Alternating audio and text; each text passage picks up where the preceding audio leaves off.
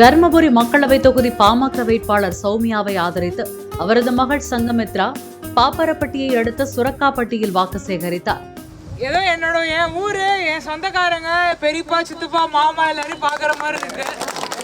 அந்த அளவுக்கு நீங்க எல்லாம் அவ்வளவு ஆசையா என்ன வரவேற்றீங்க. இப்ப உங்களுக்கு தெரியும், இப்ப நம்ம இப்ப என்ன தேர்தல் அப்படின்னு நான் உங்ககிட்ட இவங்க எல்லாம் நான் வாக்கு கேட்க வந்திருக்கேன்ற உங்ககிட்ட நான் ஏன் வாக்கு கேட்கணும்? நான் நீங்க உங்களை போய் நீங்க என்ன திட்ட மாட்டீங்க. எங்ககிட்ட மாம்பழத்துக்கு போடு நீ கேட்கற அப்படின்னு நீங்க என்ன திட்ட மாட்டீங்க.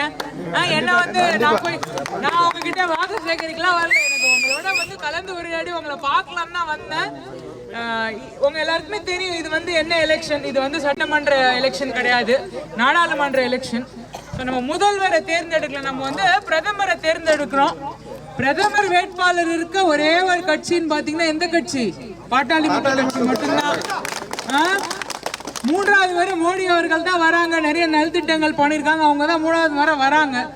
அப்ப நம்மளோட உரிமை, நம்ம அதெல்லாம் இதோ இப்ப இந்த கட்சி கிட்ட போய் நம்ம கேட்டுட்டு இருக்கோம்ல, தமிழ்நாட்டுல போய் எங்களுக்கு தண்ணி கொடுங்கயா, எங்களுக்கு வேலை கொடுங்க, எங்களுக்கு இடஒதுக்கீடு கொடுங்க அப்படின்னு நம்ம யார் காலையும் பிடிக்க வேணாம். நம்ம உரிமையா கேட்கலாம். ஏன் உரிமையா கேட்கலாம்? இங்க இருந்து தர்மபுரி சட்டது நாடாளுமன்றத்துல நம்ம தலை வாங்க போது இப்ப டெல்லிக்கு போயிடும் தானே? போயிடும்ல, அனுப்புறீங்களா?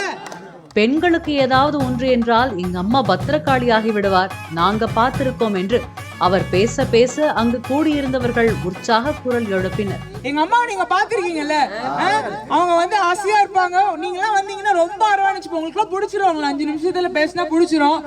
பொண்ணுக்கு ஒரு பிரச்சனை, குழந்தைங்களுக்கு ஒரு பிரச்சனைனா பத்திரகாளியா மாறிடுவாங்க எங்க அம்மா. நான் பாத்திருக்கேன் அதெல்லாம். அதனால தைரியமா நீங்க இருக்கலாம். அவங்க வந்தாங்கன்னா நான் உங்க எல்லாருக்கும் எங்க அம்மா தாராவாத்து கொடுத்துட்டேன். இனிமே நான் பாக்கணும்னா எங்க பாக்கணும்? தர்மபுரிக்கு வந்துதான் பாக்கணும். அவங்க இங்கதான் உங்களோடதான் இருக்க போறாங்க. அதனால நாங்களும் இங்கதான் இருப்போம். எலெக்ஷனுக்காகலாம் இல்லை, எலெக்ஷன் முடிஞ்சதுக்கு அப்புறம் இங்க வருவோம். நாங்க திரும்ப இந்த ஊருக்கு வருவேன். எனக்கு ரொம்ப பிடிச்சிருக்கு உங்க எல்லாருமே பாக்குறதுக்கு. நான் உங்ககிட்ட வாக்கெல்லாம் கேட்க போறது கிடையாது. நீங்க அடிச்சிருங்கன்னு நினைக்கிறேன். நான் மாம்பழத்துக்கு போடுங்கன்னு கேட்டா நீங்க கேளுங்கண்ணா, நீங்க எல்லாரையும் போய் கேளுங்க.